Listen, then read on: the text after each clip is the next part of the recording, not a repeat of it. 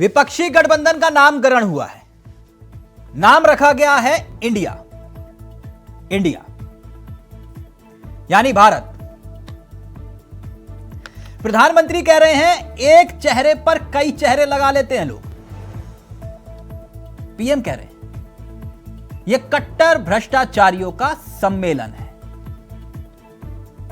PM कहते हैं 20 लाख करोड़ घोटाले की गारंटी है। यह विपक्षी एकता। इनकी एक ही विचारधारा, परिवार बचाओ भ्रष्टाचार बढ़ाओ। एक तरफ इंडिया नामकरण हुआ है विपक्षी एकता का, यानी अब यूपीए नहीं इंडिया बोलिए, और दूसरी तरफ एनडीए का कुनबा बढ़ाओ वोट पाओ की रणनीति पर काम। देश के लिहाज से आज की तारीख बहुत महत्वपूर्ण हो गई। आज की तारीख ऐतिहासिक हो गई, विपक्ष के लिहाज से भी सत्ता पक्ष के लिहाज से भी। दो अहम बैठक, यानी परिवारवाद और भ्रष्टाचार का जिक्र देश के प्रधानमंत्री कर रहे हैं। कहते हैं नफरत है, घोटाले हैं, तुष्टीकरण है, मन के काले हैं। परिवार की आग में दशकों में देश हवाले है। उधर विपक्षी गठबंधन ने भी हमला बोला। आम आदमी पार्टी के चेहरे अरविंद केजरीवाल फुल फॉर्म में दिखाई दिए। कहते हैं 9 साल में पीएम ने धरती पताल सब बेच दिया। ममता दीदी भी फॉर्म में थी। ममता दीदी ने कहा देश को बचाना है तो बीजेपी को हराना है। अब इंडिया नाम दे दिया तो फिर अब विपक्ष वाले कह रहे हैं, वो गाना आया था ना, चक दे इंडिया। अब इस तरह के स्लोगन हो रहे हैं, चक दे इंडिया। विपक्षी खेमा कह रहा है 24 में इंडिया बनाम एनडीए होगा। तो सवाल यह कि इंडिया बोलने से जनता वोट देगी, चुनाव जीता जाएगा। अब अगली बैठक मुंबई में होनी है, यानी कि शिवसेना, जो बची हुई शिवसेना है और बची हुई एनसीपी, इसकी मेजबानी करेगी। यानी कुल मिलाकर 24 की लड़ाई अब इंडिया पर आई। और इस नाम की दिलचस्प कहानी है, उस पर भी हम चर्चा करेंगे। हमारे साथ 4 मेहमान कुछ ही देर में आपकी स्क्रीन पर होंगे, लेकिन पहले आपको 4 बयान सुनाते हैं और फिर उसके बाद सीधा रुख करेंगे अपने मेहमानों की तरफ। नेशनल डेवलपमेंटल इंक्लूसिव अलायंस मतलब इंडिया। लड़ाई एनडीए और इंडिया के बीच में है, नरेंद्र मोदी जी और इंडिया के बीच में है, उनकी विचारधारा और इंडिया के बीच में है। आप जानते हो, जब भी कोई हिंदुस्तान के सामने खड़ा होता है, इंडिया के सामने खड़ा होता है, तो जीत किसकी होती है कहने की ज़रूरत भी नहीं है।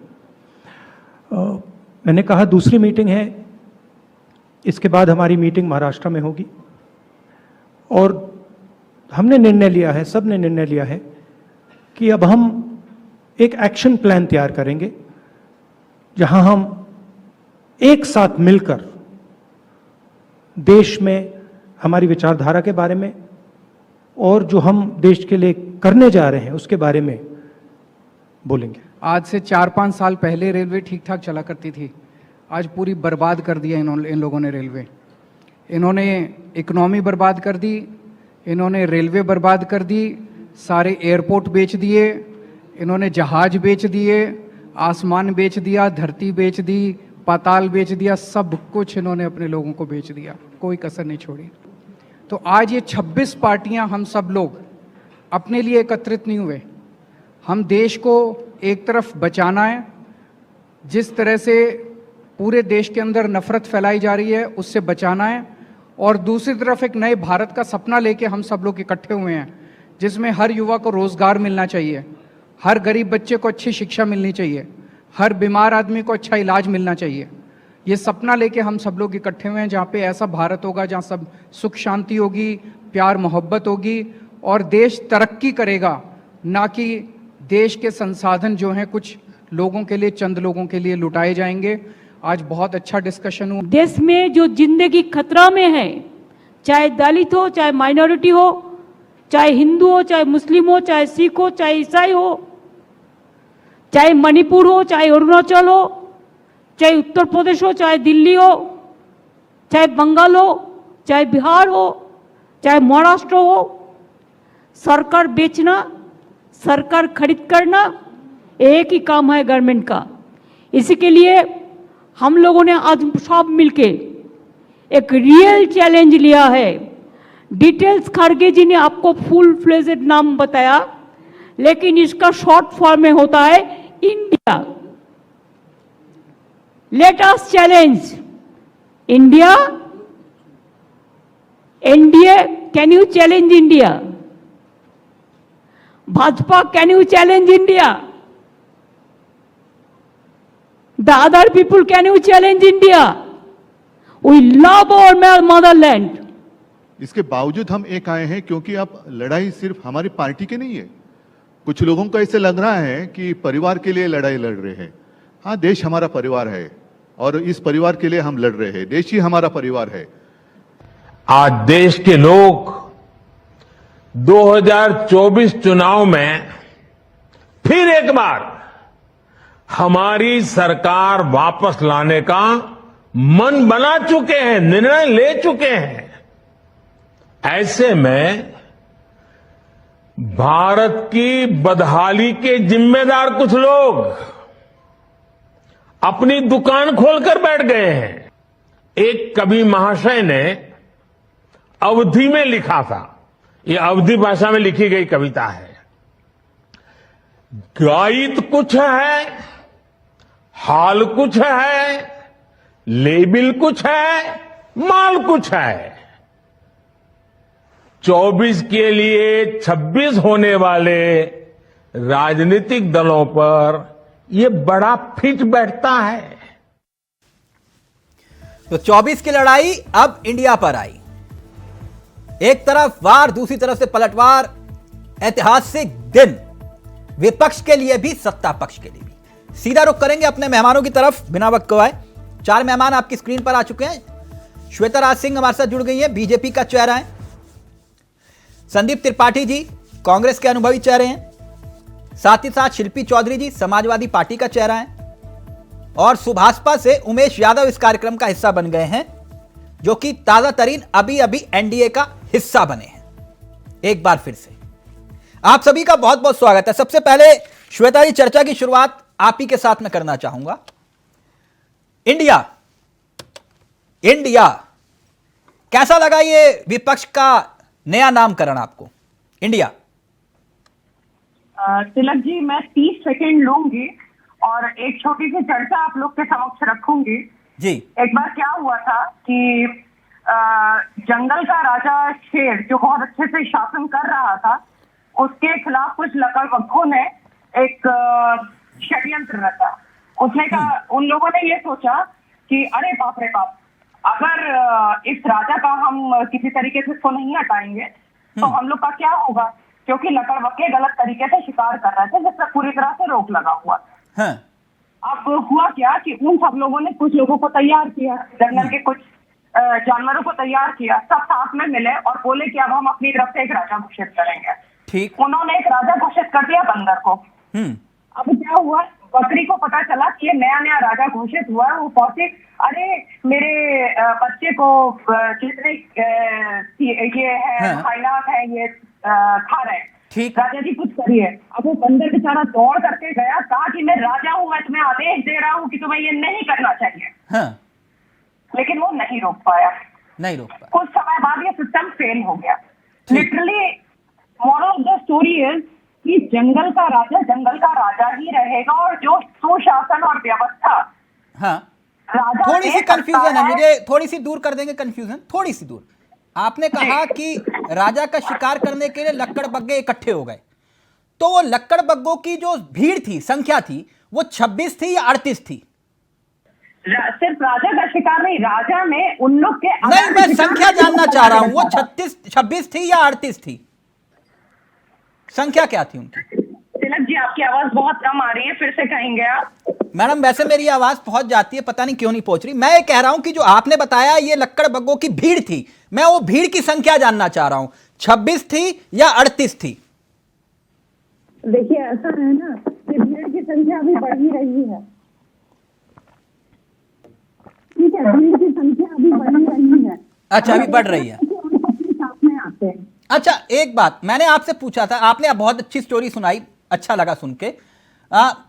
ये इंडिया नाम का मैंने जिक्र किया था, ये नाम आपको कैसा लगा? देखिए भारतवर्ष का नाम है, अंग्रेजों ने ये नाम रखा है। अति शीघ्र मुझे ये भी विश्वास है कि भारतवर्ष का जो असली नाम है भारतवर्ष, वो उसको लौटा दिया जाएगा। नहीं, इंडिया का जिक्र तो देश के प्रधानमंत्री भी करते हैं ना। श्वेता जी, आपके ऑडियो में दिक्कत आ रही है, क्योंकि मैं चाह रहा था आपसे, बहुत अच्छा बोलती हैं आप, प्लीज ऑडियो कनेक्ट करवाइए पीसीआर जल्दी से। त्रिपाठी जी कैसे हैं आप? त्रिपाठी जी, इंडिया नाम सुन के मुझे एक दौर याद आया, अगर आपकी इजाजत हो तो। आपातकाल का दौर था, विपक्ष के लगभग सारे नेता जेल में थे, इंदिरा गांधी के खिलाफ पूरा देश आवाज उठा रहा था। तब कांग्रेस के अध्यक्ष, आप करेक्ट कर दीजिएगा, आप ज्यादा विद्वान हैं मुझसे, देवकांत बरुआ, अगर मैं सही हूं तो, तब उन्होंने इंदिरा गांधी के लिए एक नारा दिया था। वो नारा था Indira is India, India is Indira. इस नारे पर लोगों ने खूब कटाक्ष किए।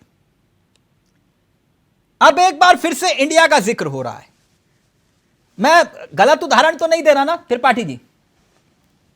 नहीं सर, देखिए कार्यकर्ता की भावना रही होगी, जिन अध्यक्ष जी की बात कर रहे हैं आप, उनकी भावनाओं के साथ अगर उन्होंने कहा और इसका जिस बात का आज कंपेरिजन कर रहे हैं, दोनों का कंपेरिजन मुझे नहीं लगता है कि सही है, क्योंकि यहाँ पर नहीं, तब भी इंडिया का ही जिक्र था, आज भी इंडिया का जिक्र है, तब भी इंडिया का नाम लेने के बावजूद आपको वोट नहीं मिला। आज आपने फिर कहा कि इंडिया, तभी मैं पूछ रहा हूं आपसे। मैं सर जवाब दे रहा हूँ जी। वो इंडिया की जब आप बात कर रहे हैं, तो आपातकाल एक बुरा दौर था, एक संवैधानिक प्रक्रिया के तहत, संविधान के तहत लाया गया ऐसा जो है संवैधानिक हथियार था, जिसका मुझे नहीं लगता कि प्रयोग होना चाहिए। जैसे पुराणों में ब्रह्मास्त्र का जिक्र है कि उसको नहीं चलाना चाहिए, लेकिन उस समय की देश काल परिस्थितियां नहीं होंगी। तो जैसे ये कहा जाता है कि आरएसएस के लोग विदेशी जासूस की एजेंसियों से मिल गए थे, देश के लिए खतरा बन गए थे, वगैरह वगैरह, लेकिन फिर भी उसको कांग्रेस ने कंडेम किया है, सदन में भी बाहर भी, हम उसको जस्टिफाई नहीं करते हैं। पहली चीज। दूसरी चीज, आज जिस तरीके से अघोषित आपातकाल लगा हुआ है, वो कहीं ना कहीं ज्यादा निंदनीय है, क्योंकि वो तो संवैधानिक प्रक्रिया का हिस्सा था। आप देखिए, कोई पत्रकार सवाल पूछ ले और तो जेल, अगर विपक्ष का नेता पूछ ले तो ईडी, सीबीआई। और सर अभी मोदी की एक जो वीडियो चल रहा है न्यूज चैनलों पे, कहाँ से शूट किए थे?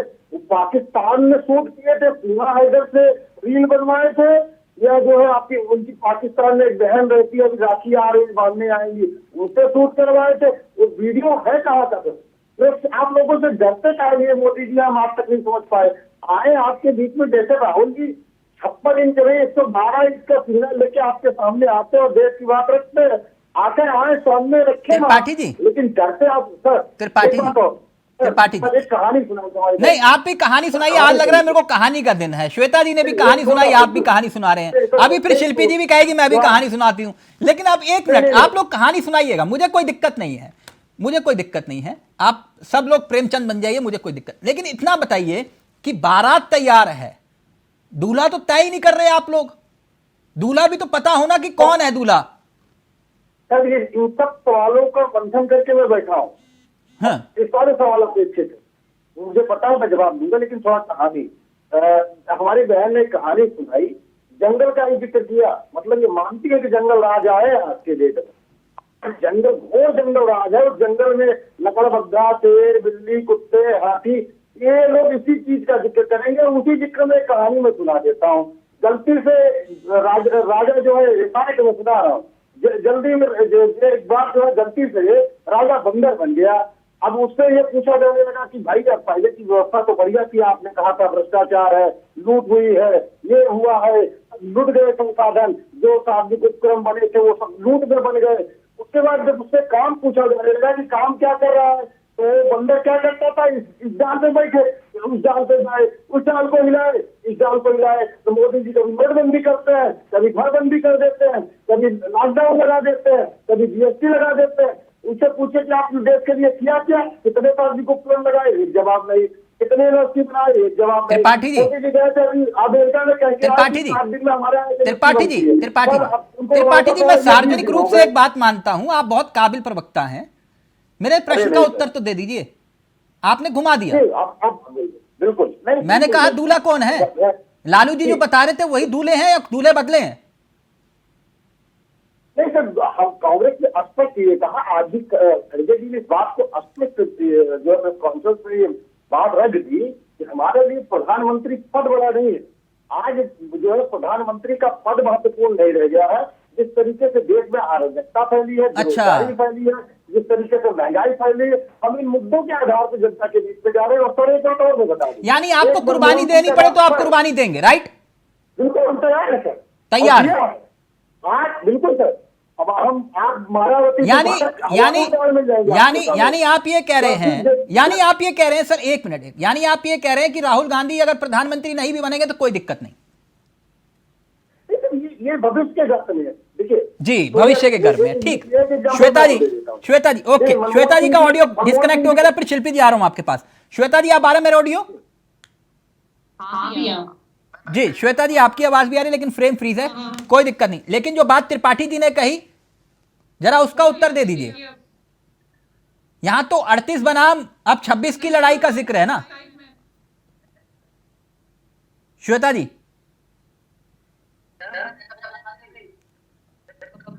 कनेक्ट नहीं हो पा रहा। खैर, शिल्पी जी, तो त्रिपाठी जी कह रहे हैं हम कुर्बानी देने के लिए तैयार है, कोई दिक्कत नहीं है। कल तक तो यही सवाल था कि कुर्बानी देगा कौन, लेकिन मेरा सवाल कल भी वही था और आज भी वही है।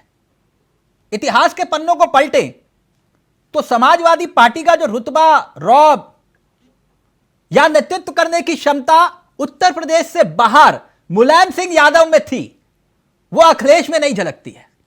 इस बात को कबूल करिए ना कबूल करिए, यह बैठक में साबित हुआ। आप मानते हैं इस बात को कि उत्तर प्रदेश की जो भूमिका है इस 24 के चुनाव में, एक दारोमदार अखिलेश यादव पर भी है।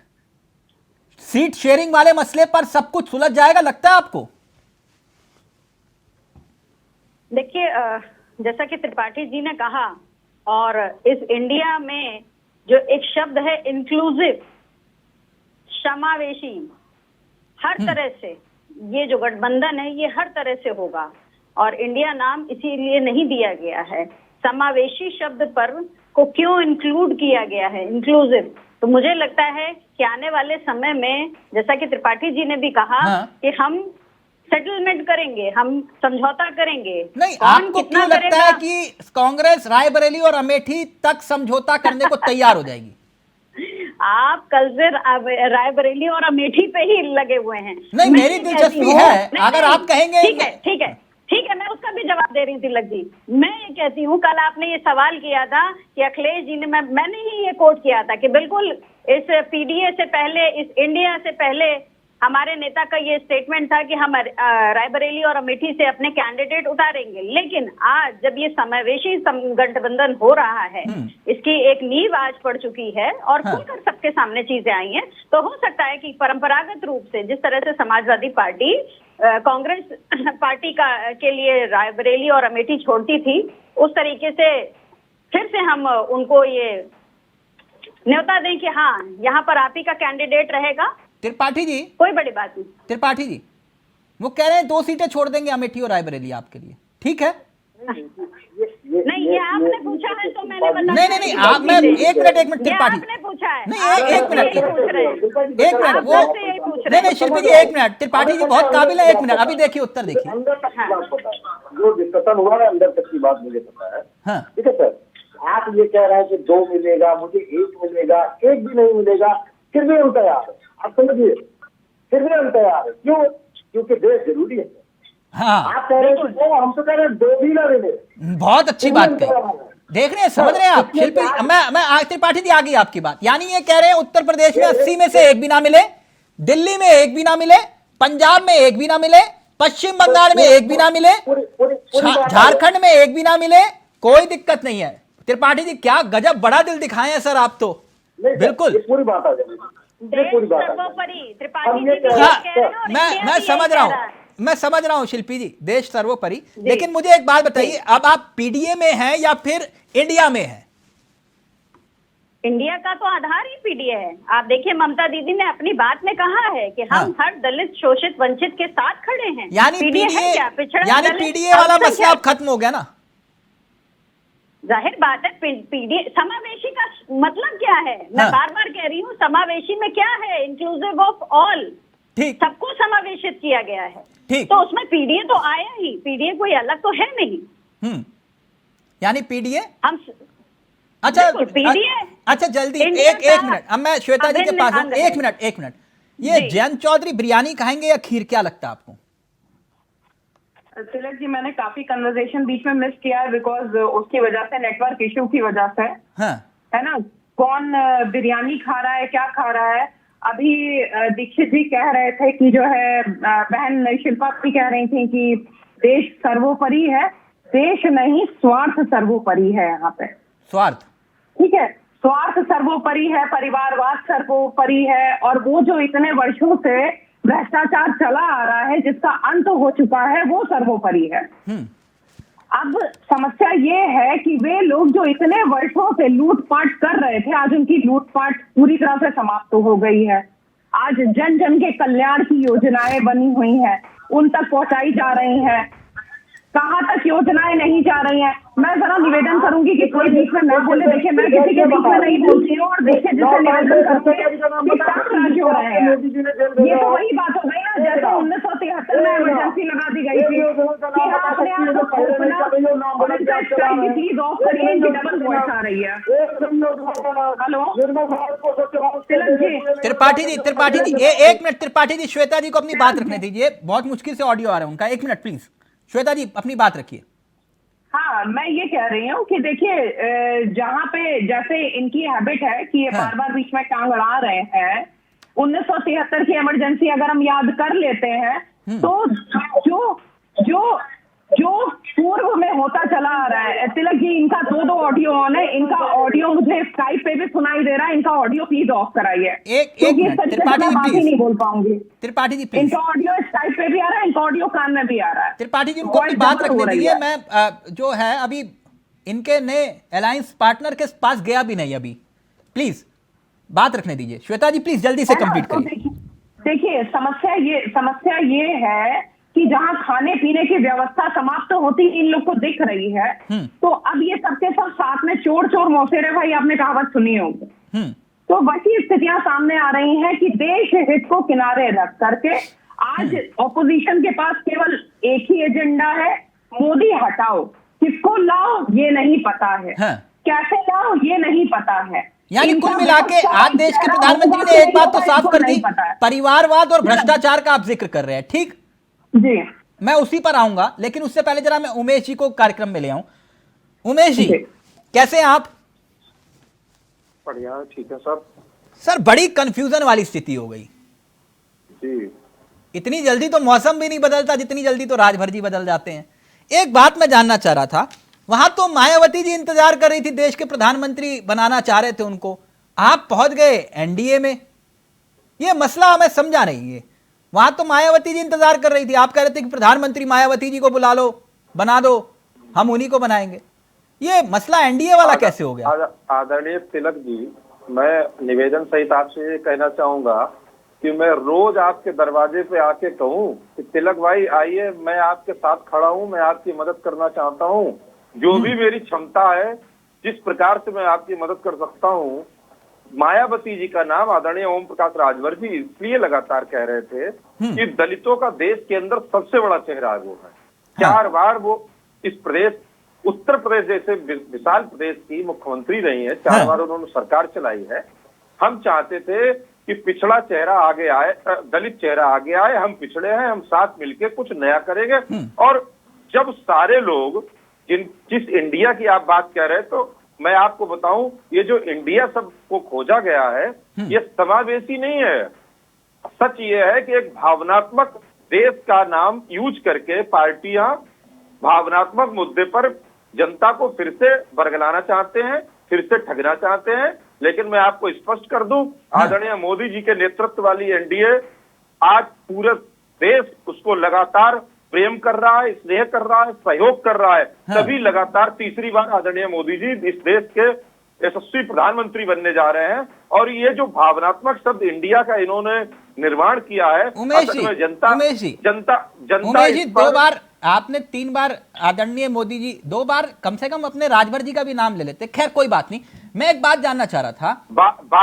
तिलक जी, इस समय बात चल रही है देश के चुनाव की, देश के हम चुनाव, एनडीए के अच्छा घटक दल हैं, अच्छा उसका 3 जो दिन चेहरा- पहले देखिए, 3 हम दिन उसकी पहले बात- तक, एक मिनट सर, 3 दिन पहले तक आप बीजेपी की बैंड बजा रहे थे और नहीं, 3 दिन के बाद आप कह रहे हो कि हम इनके लिए बैंड बजाएंगे। मैं समझ नहीं पा रहा हूं, मैं ये जानना चाह रहा हूं आपसे कि कैसे कर लेते हो आप। हमने बैंड बजाने की कब बात की? हमने बैंड बजाने की कभी बात नहीं की सर राजभर जी का ऑडियो वायरल है, वो कह रहे थे कि हम बीजेपी का बैंड बजा देंगे और राजभर मेरा नाम नहीं। ये उस समय की बात है जब समाजवादी पार्टी के गठबंधन में हम थे। हाँ। तो ये उस समय का ऑडियो वायरल हुआ। तो यानी अब सपा और के लिए अब सपा का बैंड बजाओगे? देखिए तिलक भाई, सपा ने तो हमें तलाकनामा भेजा है, क्या आसमान बर्दाश्त करते? केवल समाजवादी पार्टी के राष्ट्रीय अध्यक्ष को हमने ये कह दिया कि आप अपने चाचा चचेरे भाई को आजमगढ़ से हराना चाहते हैं, आप निकल आइए एसी से। तो ट्विटर वाले भैया बुरा मान गए, ट्विटर वाले भैया ने हमें तलाकनामा भेज दिया, हमने स्वीकार कर लिया। आप इतने प्रबुद्ध पत्रकार हैं, इतने जानकार हैं तिलक जी, आप ये बताइए कि तलाकनामा समाजवादी पार्टी ने कहा कि हम आपको मुक्त करते हैं, तो क्या हम उनके दरवाजे पर जाके भीख मांगते? हमारा स्वाभिमान, हमारे कार्यकर्ताओं का सम्मान की कोई बात ही नहीं थी। आपको हमने 47 से 111 और गठबंधन 125 में पहुंचा दिया। शिल्पी जी प्लीज जल्दी से, फिर मैं श्वेता जी और त्रिपाठी जी के पास आ रहा हूं। पूर्वांचल तलाक तो आपने, देखिए ये बात तो सच है।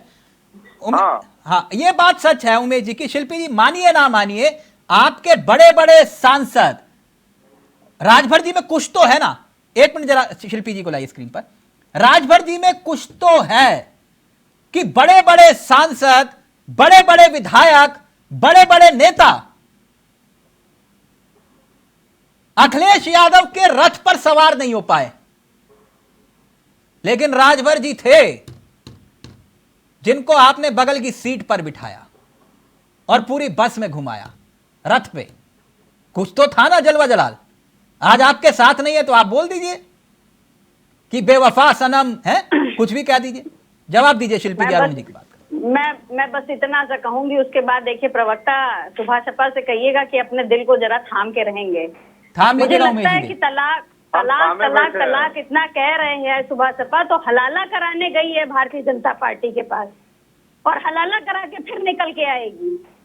बहुत दुख हुआ मुझे कहते हुए, लेकिन आप इतना तलाक तलाक तलाक कर रहे हैं। अरे मेहर ले लेते, तलाकशुदा होकर बैठे रहते, इज्जत तो बची रहती। आप तो हलाला कराने चले गए। बस ठीक है, हम आपके लिए बलिदान देते रहते।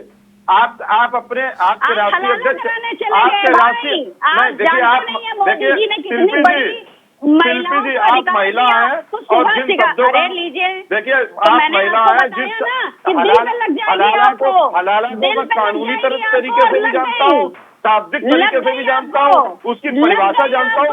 मैं उस शब्द की अगर परिभाषा में चला जाऊंगा तो ये डिबेट बलगत हो जाएगी। इज्जत की जिंदगी बिताते शिल्पी जी, आप महिला हैं, आप ऐसे शब्दों का प्रयोग करेंगे, यदि मैं उसकी गहराई में चला जाऊंगा तो हलाला शब्द की अगर मैं गहराई में चला जाऊंगा तो ये डिबेट गलत दिशा में चली जाएगी। मैं उसको फिजिक रूप से भी जानता हूँ। 1 मिनट शिल्पी जी ने 1 मिनट। उमेश जी आप मानिए ना मानिए, अखिलेश जी इस बात को समझ रहे थे। ठीक शिल्पी जी, आप सार्वजनिक रूप से इस मंच पर कुछ भी कहिए, लेकिन अखिलेश जी जानते कि 9+1 कभी 10 होता है और वो 1 राजभर जी के पास था। बीजेपी ने ऐसे दरवाजे नहीं खोले राजभर जी के लिए। रथ पर बिठा के जलेबी और गुलाब जामुन आप भी खिला रहे थे मैडम राजभर जी को। आज कोस लीजिए, आज कोस लीजिए। कराने के बाद ये फिर आएंगे, क्योंकि आज इनके नेता ने कहा है कि वो तो जुमला है। मैंने योगी जी और मोदी जी के लिए कहा, वो तो चुनाव में वोट लेने के लिए कहते हैं। जिस नेता के ये शब्द हो, आदरणीय ओम प्रकाश राजभर जी का पूरा सम्मान है, मगर वो इतने हल्के स्टेटमेंट देते हैं। और उन्होंने आज कहा, भारत समाचार को उन्होंने कहा, अब पुरानी बातें कहा, किसने किसके लिए क्या क्या कहा, मैं बोलूं अच्छा लगेगा ना। आज की बात, नहीं एक शिल्पी जी तिलक भाई, बहन कुमारी मायावती जी के जो पार्टी के गुंडे हैं, जिनका अपमान करते थे गेस्ट हाउस कांड में, वो उनके साथ चले गए। जिनका सार्वजनिक रूप से अपमान किया, दलितों का इतना उत्तर प्रदेश के अंदर चेहरा, और एक महिला के साथ जो अन्याय हुआ, और वो तो समाजवादी पार्टी के गुंडे थे जिन्होंने बहन कुमारी मायावती जी का अपमान किया। जब वो एक साथ चले गए तो राजनीतिक गठबंधन जब होते हैं तो स्टेटमेंट देते हैं। बहन जी से पूछिए कि केस क्यों वापस ले लिया, किसी के बरगलाने पे केस किया गया था तो क्यों वापस ले लिया। बहन जी क्या अपना सम्मान प्यारा नहीं है?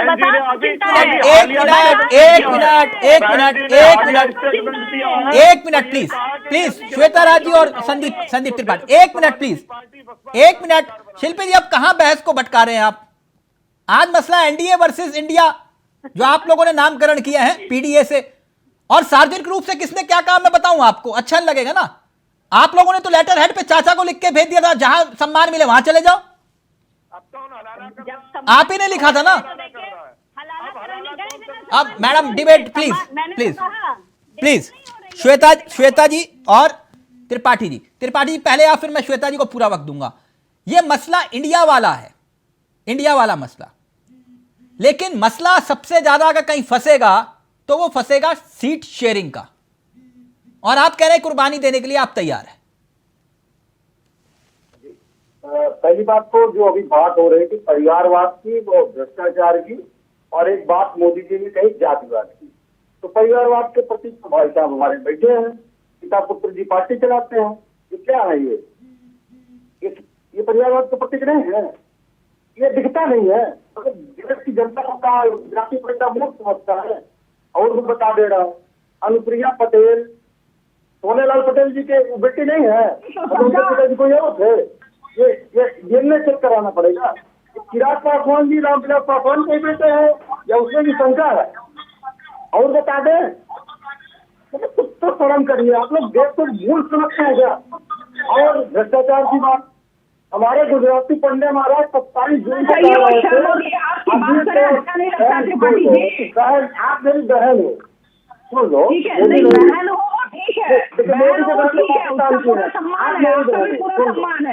बहन आपके लिए रास्ता खुला हुआ है। वैसे भी भाजपा में कोई दूसरी पार्टी का आदमी जाएगा, पत्ता जाएगा, सांसद बन जाएगा, आप गला खा रही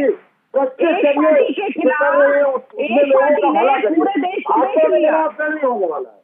सुनिए, तो आज आप भ्रष्टाचार की बात करते हैं। हमारे गुजराती पंडे ने कहा कि 70,000 करोड़ लूट लिया, एनसीपी चोर है, अजीत पवार चट्टा है। चट्टे को मिला लिया क्यों?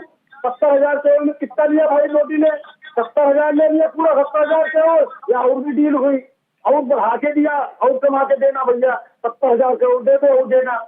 कितने में डील हुई? आप भ्रष्टाचार की बात करना बंद करिए। 9 साल में एक नाम गिनाइए जो आपने भ्रष्टाचार के आरोप लगाए, एक नाम, सिर्फ एक नाम, जिसको आपने सजा करा दी हो। सॉलिसिटर जनरल, आपका वकील है, आपको पता होगा, सॉलिसिटर जनरल भारत सरकार का। त्रिपाठी जी आपको देना है। त्रिपाठी जी एक मिनट, ये गाली गलौज करके मत, एक मिनट त्रिपाठी जी सवाल सुनिए, त्रिपाठी जी श्वेता जी मैं आपको अलग से मौका। त्रिपाठी जी, आप गोल पोस्ट चेंज क्यों कर देते हैं? मुझे समझ नहीं आता। आप जैसे काबिल प्रवक्ता अगर सवालों को गोल कर दे तो अच्छा नहीं लगता। मैंने आपसे पूछा सीट शेयरिंग का फॉर्मूला क्या हो सकता है? बता नहीं सकती, ये तो बता दिए लोग सपोर्ट की बात कर रहे हैं मोदी जी।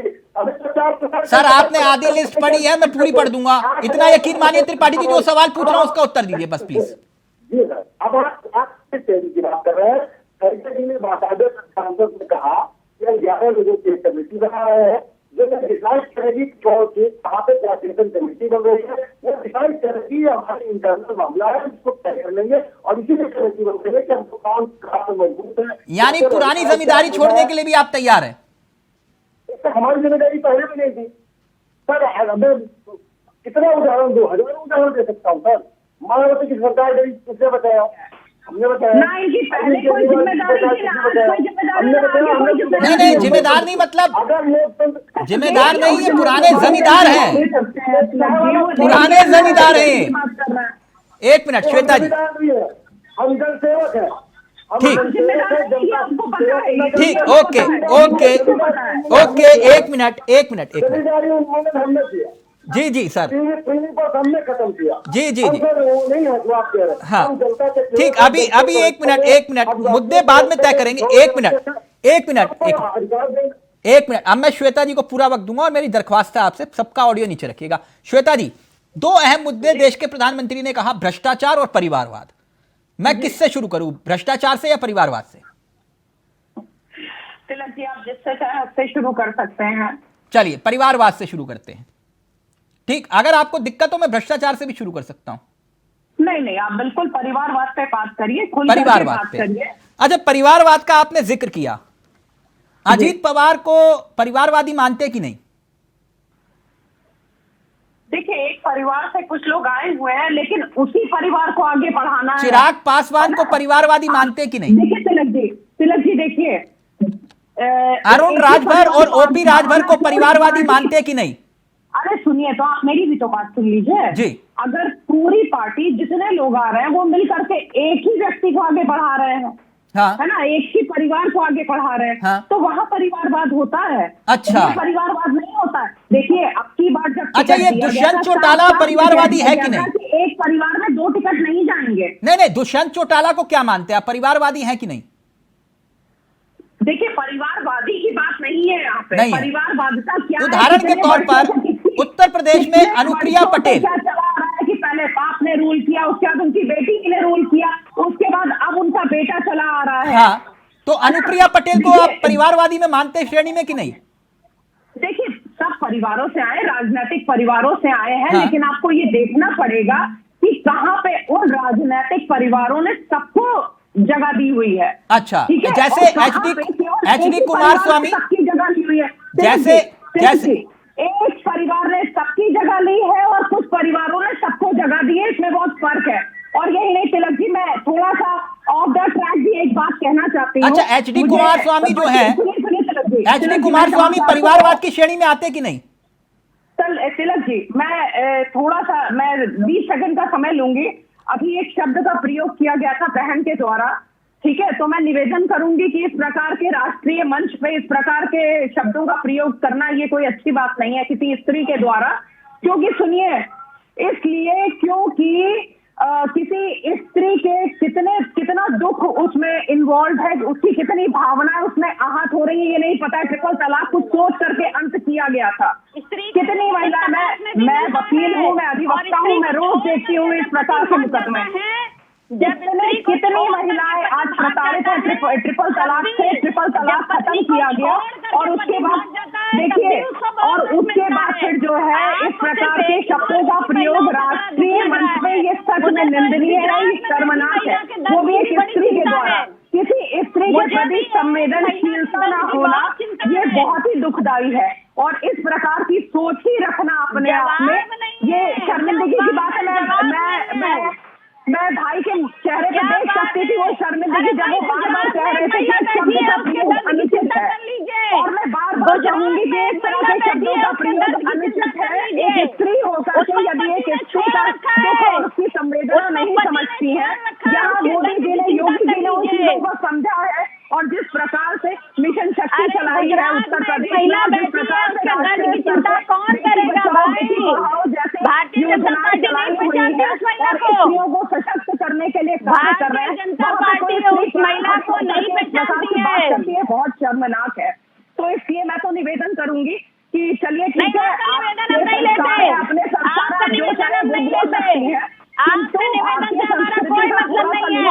अरे स्त्री को उसके अधिकार दिला दीजिए, एक मिनट प्लीज, स्त्री को उसके अधिकार दिला दीजिए। सालों से अकेली बैठी है गुजरात में। इंडिया सिर्फ कोई देश नहीं है, ये भावनाएं है, ये बहुत सारी संस्कृतियां परिवार की बात न करिए, भ्रष्टाचार की बात न करिए, ठीक है, भावना पे आ गए हैं। उसको इतने सारे भ्रष्टाचारी एक साथ मिल करके पार्टी का रूप दे रहे हैं, ये बहुत साबित क्यों नहीं कर पाए आज तक? एक मिनट प्लीज,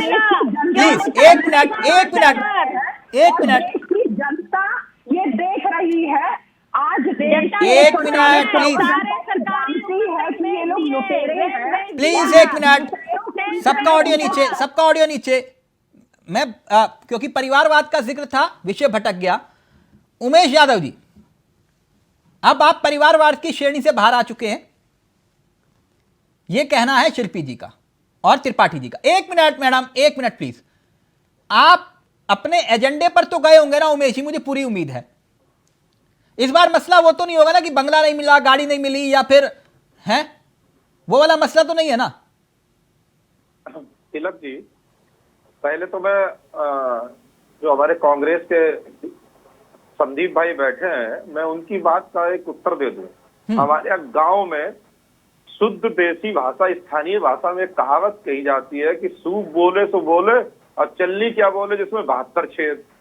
परिवारवाद की बात अगर हिंदुस्तान की राजनीति में हमारे संदीप भाई करते हैं, बड़ा कष्ट की बात है। पंडित नेहरू, उनकी बिटिया नहीं थी इंदिरा जी, उनके इंदिरा जी के बेटे नहीं, इंदिरा जी के बेटे नहीं थे राजीव जी, राजीव जी के पत्नी नहीं थी सोनिया गांधी, सोनिया गांधी और राजीव जी के 2 बच्चे हैं, राहुल गांधी और प्रियंका गांधी।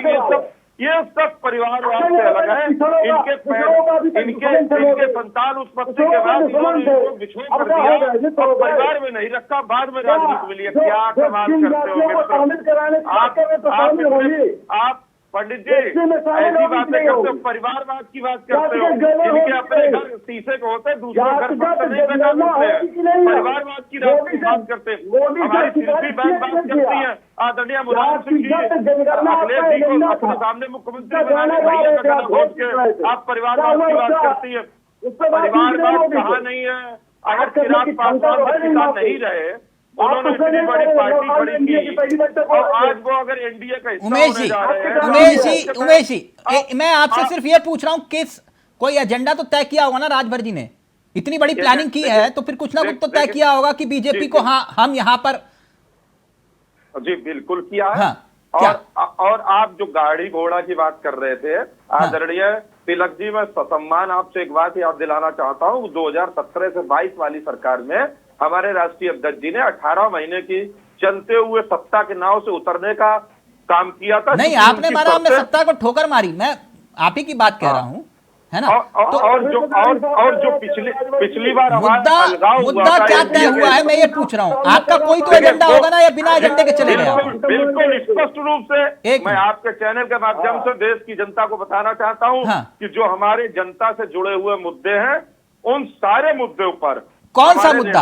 एक मुद्दा था ना, आपने कहा था इस मुद्दे के आधार पर हम जो है इस सत्ता को लात मार के आए, वो मुद्दा मैं जानना चाह रहा हूँ। जातीय जनगणना हाँ तो होगी की बात, अनिवार्य शिक्षा की बात नहीं, जातीय जनगणना पे रहो ना। अभी एक मिनट मुझे उमेश जी, जातीय जनगणना होगी आपको लगता है? निश्चित होगा। पूछवा दूं अभी? नहीं, अभी कैसे आप पूछवा सकते हैं? हम अच्छा अभी नहीं पूछवाऊं? जब नहीं, आप पूछवा दीजिए, किससे पूछवाना चाहते हैं? मैं बीजेपी से पूछवाऊंगा सर। आप अब त्रिपाठी जी थोड़ा ना उत्तर देंगे इसका।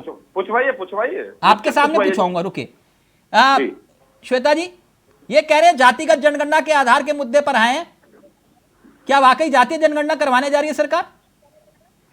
देखिए ऐसा है कि ये सारे मुद्दे सरकार के हैं और वो डिसाइड करेगी। मैं पार्टी की प्रवक्ता हूँ। हाँ, मैं सरकार नहीं, जातीय जनगणना को लेकर ये कह रहे हैं कि हम इसी मुद्दे पर आए हैं। आपने कमिटमेंट किया है? सरकार का विषय है। नहीं, आपने कमिटमेंट किया जातीय जनगणना? देखिए ऐसा है तिलक जी, आप गलत प्रश्न पूछ रहे हैं। मैं अच्छा गलत ट्रैक, ठीक, ओके, मैं समझ गया, मैं समझ गया मैडम, ओके। उमेश जी, वो कह रहे हैं हम लोगों को भी नहीं मालूम कि इस बात पे कमिटमेंट हुई। और अगला जो भाजपा की बहन कह रही हैं, मैं उनकी बात से बिल्कुल, वो ये राष्ट्रीय नेतृत्व के बीच हुई जो निर्णय हुए हैं, जो बैठक हाँ। हुई है अभी 2 दिन पहले, उसमें ये सारी चीजें रखी गई हैं। हम जब सरकार के हिस्सा होंगे, जितने भी मुद्दे हमारे हैं उनका एक प्रॉपर चैनल है, हाँ, एक हाँ। प्रॉपर सिस्टम है। मैं ये एक मिनट उमेश जी, नहीं, तिलक उमेश भाई, जी, मैं अपने पूरी बात तो सहयोगियों सुन को लीजिए। कुछ आप इत्तला मेरा- कर दूं। आप एक मेरा मिनट उमेश जी, उत्तर नहीं ले रहे हैं, आप मेरा उत्तर नहीं ले रहे हैं। उमेश जी, कृपया मैं सुन एक लीजिए। मिनट एक इत्तला कर दूं, 1 मिनट अपने सहयोगियों को। नीचे ब्रेकिंग चलाइए। उमेश यादव जी ने कहा कि जातीय जनगणना के आधार पर हमने बीजेपी को समर्थन किया है, और अगर सरकार बीजेपी नहीं करवाएगी तो फिर आगे। उमेश जी, क्या लिखवाऊं? तिलक भाई, ये शब्दों के जाल में जो फांसने का काम कर रहे हैं मित्र, बड़े भाई, आप बहुत सम्मानित पत्रकार हैं, मेरी पूरी बात आप सुन नहीं रहे हैं। आप ब्रेकिंग न्यूज ढूंढ रहे हैं, आप ढूंढ लीजिए, आराम से ढूंढिए, मुझे कोई परहेज नहीं है।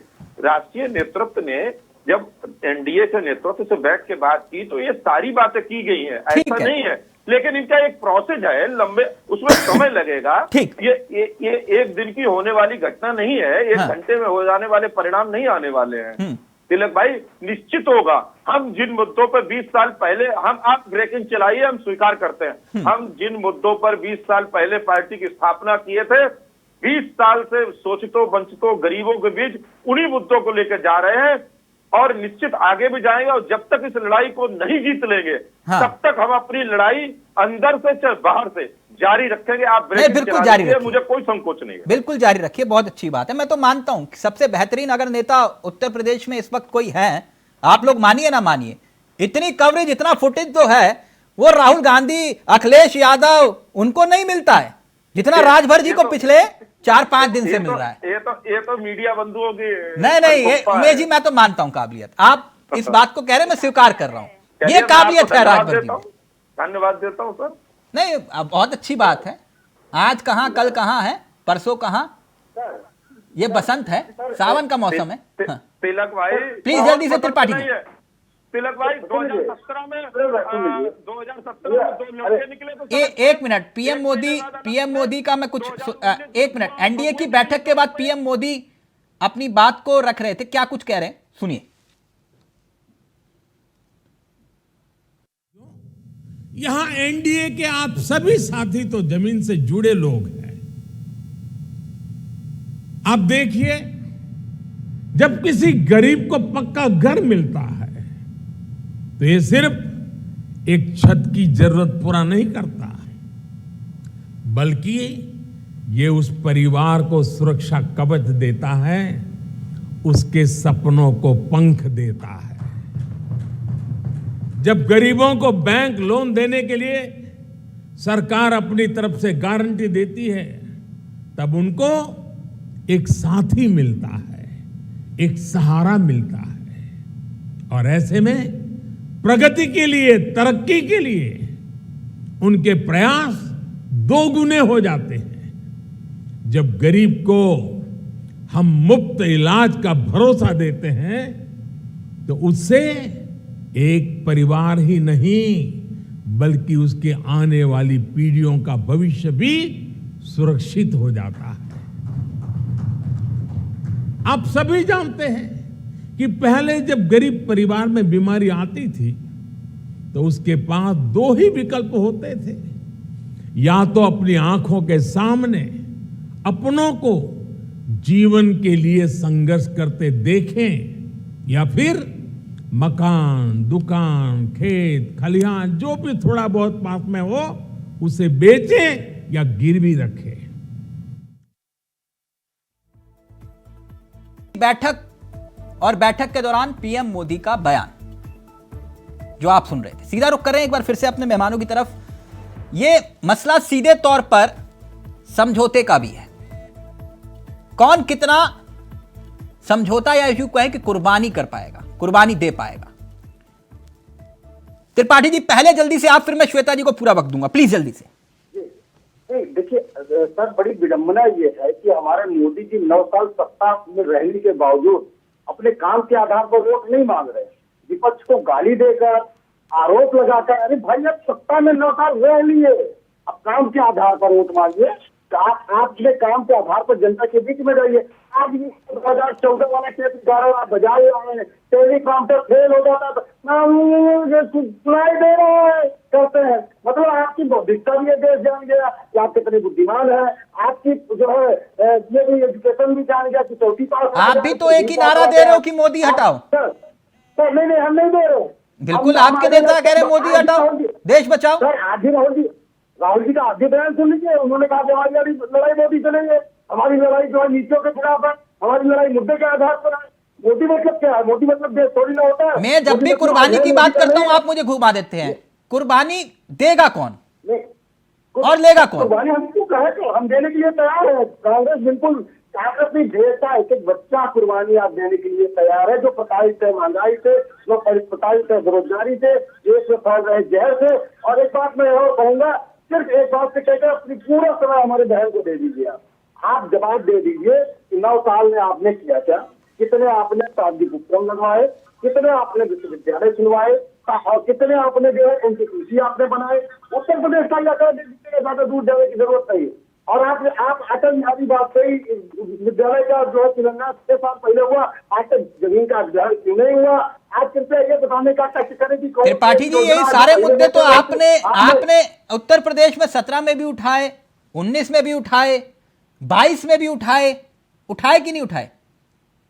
सर ये पार्टी जो भारतीय जनता पार्टी है, सब 3 नाम बदले हैं। जैसे साहब पेशी नहीं बदलता है, उनसे 3 बार इनको नाम बदलना पड़ा। और जिन मुद्दों की आप बात कर रहे हो, वो मुद्दे आज के 70 साल पहले भी चिल्लाते थे। हाँ, आज ये दोनों लगा रहे हैं, गरीबी हटाओ, है ना? गरीबी बिल्कुल आपने हटा दी थी गरीबी। देश आजाद हुआ 90% लोग। ठीक, अब मैं आपने कहा था कि पूरा वक्त श्वेता जी को दे दीजिएगा। अब मैं श्वेता जी को वक्त देना चाह रहा हूं, इसलिए त्रिपाठी जी मुझे ऑडियो नीचे करना पड़ेगा और इसे म्यूट मत कहिएगा। ठीक, मैं म्यूट नहीं करता हूं। ठीक, त्रिपाठी जी आपने कहा कुर्बानी दे, अब कुर्बानी यहां तो दे दो थोड़ी सी। 1 मिनट रुके ना, शांति का दान दीजिए प्लीज। मैं श्वेता जी, बात परिवारवाद तक रुक गई थी। आपने कहा था पहले परिवारवाद पे बात करिए, फिर भ्रष्टाचार पे आइए। अब मैं भ्रष्टाचार पर आपसे कुछ सवालों के जवाब चाहता हूं। ये 70,000 करोड़ का घोटाला जो आपने कहा था एनसीपी को लेकर, भ्रष्टाचार पे, जी आपने उनके 9 विधायकों को लिया, उनमें से 3 को जो है 9 विधायकों में से जो मंत्री बनाया आपने, 3 के खिलाफ ईडी की जांच चल रही थी। तो ये भ्रष्टाचार के दायरे में आता है कि नहीं? देखिए ऐसा है कि जिनके विरुद्ध त्रिपाठी जी का ऑडियो पीसीआर अब नीचे रहेगा प्लीज। नहीं, तिलक जी एक और बात है कि ये अपना स्काइप भी अनम्यूट कर लेते हैं तो इनकी वॉइस भी डबल हो जाती है, तो पूरी बात इनकी समझ में नहीं आती है। श्वेता जी मैंने अब ऑडियो नीचे कर दिया त्रिपाठी जी का, प्लीज आप अपनी बात रख सकते हैं। देखिए जहां पे जांच चल रही है, जो भी उस जांच में दोषी पाया जाएगा उसके विरुद्ध जो कार्रवाई होगी वो करी जाएगी। अब ये कह रहे हैं अगर आप भ्रष्टाचार के खिलाफ लड़ाई लड़ रहे हैं, उदाहरण के तौर पर, नहीं तिलक जी ये बताइए भ्रष्टाचार ये बताइए प्रधानमंत्री मोदी जी के विरुद्ध कितने भ्रष्टाचार के आरोप हैं? मैं उसी पर आ रहा हूं, उसी पर आप ही के उसी सवाल पर आ रहा हूं। जी मैं बार यही कहूंगी कि विपक्ष का केवल एक ही एजेंडा है कि एक ईमानदार प्रधान सेवक जो इतने वर्षों के उपरांत देश को प्राप्त हुआ है, श्वेता जी, देश को अंतरराष्ट्रीय स्तर पर विश्व गुरु बनाने में कोई कसर नहीं। श्वेता जी सवाल तो ले लीजिए। श्वेता जी एक मुद्दा है। श्वेता जी विपक्ष के पास कोई भी मुद्दा है। श्वेता जी आपकी बात बिल्कुल सही है जो बात आप कह रही है, लेकिन भ्रष्टाचार के मुद्दे पर कुछ जो आप जिक्र करिए, मैं उसी सवाल को आप लेंगे तो आसानी से आप समझा पाएंगे दर्शकों को। आपने कहा कि भ्रष्टाचार हमारी सरकार के खिलाफ एक भी आरोप नहीं है। ठीक, उदाहरण के तौर पर कुछ नाम मैं आपके सामने ले रहा हूं, आप बताइएगा कि वो भ्रष्टाचारी थे या नहीं। आपने जिक्र किया था हसन मुशर्रफ का 100 करोड़ का घोटाला, मुकुल राय शारदा घोटाला, शुभेंदु अधिकारी आरोप आप ही ने लगाए, हेमंतवा बिस्वा शर्मा जब वो आपके साथ नहीं थे आरोप आप ही ने लगाए वाटर घोटाले के, नारायण राणे लैंड घोटाला, छगन भुजबल महाराष्ट्र सदन घोटाला, पेमा खाड़ू 2000 करोड़ के घोटाले के आरोप, जय पांडा, फेमा घोटाला, इन पर आरोप आप ही ने लगाए और अजीत पवार पर भी घोटाले के आरोप आप ही ने लगाए, तो मैं इसे क्या भ्रष्टाचार के खिलाफ लड़ाई समझूं? आज ये आप ही के साथ है। ऐसा है तिलक जी, जहां पे जो भी स्थितियां उत्पन्न होती है, हाँ। मान लीजिए कि यदि ये लगता है कि हाँ यहाँ पे कोई भी भ्रष्टाचार हुआ है, तो वो उठाना सबका कर्तव्य है, दायित्व है। नहीं, आपने ही इन्हें भ्रष्टाचारी कहा था। जांच हो रही है, सुनिए तिलक जी, बात तो पूरी करने दीजिए। हाँ। जांच हो रही है, जांच में जिसके विरुद्ध कोई कुछ भी आता है उसके विरुद्ध कार्रवाई होगी। ठीक। क्या कहीं सरकार ने ये बोला है कि किसी के विरुद्ध जांच में कुछ भी आता है तो उस पर कार्रवाई नहीं होगी? बिल्कुल नहीं, निश्चित तो ही कार्रवाई आप होगी। मतलब चाहे देवेंद्र पहली फडणवीस बार ही कह रहे थे इतिहास में कि सत्ता में आएंगे तो अजीत पवार चक्की पीसेंगे, तो आपने उनको वित्त मंत्री बना दिया। जिनको जेल में डालना था आपने कहा कि वित्त मंत्रालय संभाल लो। मैं ये समझना चाह रहा हूं ये भ्रष्टाचार के खिलाफ लड़ाई है। नहीं, आप ये बताइए कि अभी उनके विरुद्ध जितने भी भ्रष्टाचार हैं वो सिद्ध हो गए हैं। तो गलत आरोप लगाए थे आपने। आरोप की बात नहीं है, मैंने अभी अच्छा, आपको आरोप की बताया बात नहीं। कि जहां पे जो स्थितियां हैं, अगर लगता है कि हाँ। हाँ यहाँ भ्रष्टाचार हुआ है, वहां पे आवाज उठाना दायित्व होता है। आपने सरकार कहा में कि होता हमारी है। सरकार के और वो खिलाफ सरकार एक भी का निर्वहन हर किसी के साथ करेंगे हम। श्वेता जी, भ्रष्टाचार अगर के लिए हमको आपने बहुत अच्छी बात कही। लगेगा कि आपने हाँ, कहा कि इन्होंने हमारी कोई सरकार पर भ्रष्टाचार किया, तो वहां पे भी आवाज उठेगी। हमारी सरकार पर और एक भी जिस समय ये भ्रष्टाचार सिद्ध हो जाएगा, उस समय जो भी देश के कानून के जी। अंतर्गत जो जी। भी कार्रवाई होगी वो कार्रवाई करी जाएगी। जी श्वेता जी, फाइनल इसमें कमेंट कोई आपका ले रहा हूं। वहां श्वेता कोई जी, भेदभाव नहीं होगा। श्वेता जी, यदि कल्याणकारी योजनाओं में कोई भेदभाव नहीं होगा तो किसी भ्रष्टाचारी के विरुद्ध भी कोई भेदभाव नहीं अच्छी होगा। बात है, मैं भी यही चाहता हूं, एक्शन होना चाहिए। लेकिन एक बात मैं जानना चाह रहा था श्वेता जी, आपने कहा कि हमारी सरकार के खिलाफ कोई सबूत, कोई प्रमाण नहीं है कि हमने कोई भ्रष्टाचार किया। बहुत अच्छी बात है, ये बात बिल्कुल सही कह रहे हैं आप। लेकिन 124 में से 118 ईडी के द्वारा किए गए एक्शन में सिर्फ और सिर्फ 96%, सिर्फ मैं इसलिए कह रहा हूं विपक्ष के 96% नेता, 118 नेता 124 में से सिर्फ विपक्ष के ही हैं। आईटी, पूरा सुन लीजिएगा, आईटी के 124 एक्शन में से 119 विपक्ष के नेता है, यानी 95% रेट। यानी आप अपने की जांच करवाओगे नहीं तो कोई फंसेगा ही नहीं, कि नहीं? आपके खिलाफ जांच होगी नहीं। तिलक जी, हम लोग 10 वर्षों से आए हुए हैं, अभी 9 वर्षों से आए हुए हैं। इससे पूर्व में 60 वर्षों से जो भ्रष्टाचार किया हुआ है, जो अंश पाया हुआ है, उस पर जांच अगर हो रही है, हाँ। तो विपक्ष जब 60 वर्षों से विपक्ष शासन में रहा है, हाँ, तो वही भ्रष्टाचारी है। कि भ्रष्टाचार उनके द्वारा किया ठीक गया है, ठीक है। और उनके अब द्वारा चलते किया चलते गया है, वो सामने आ रहा है। देश की जनता को यह बताइए, 38 वाले जीतेंगे या 26 वाले जीतेंगे? देखिए, देश का सम्मान जिसने रखा हो, देश का अभिमान जिसने रखा हो और देश का स्वाभिमान जिसने रखा हो, 26 वाले या 38 वाले, कितने जीतेंगे? जीतेगा वही। 26 वो जो वाले, भारत 38 का वाले? सुपुत्र है, जीतेगा वही। आएगा तो मोदी ही, और मोदी है तो मुमकिन है। अच्छा। आएगा तो मोदी ही। 38 वाले जीतेंगे मतलब? श्वेता जी, जी तिलक जी, मैंने कहा एक अकेला काफी, 38 वाले ही जीतोगे? मैं कह रही हूँ 56 वाला जीतेगा। 56 वाला। चलिए, बहुत अच्छा है, थैंक यू सो मच। आप सभी का शुक्रिया, वक्त इजाजत नहीं दे रहा।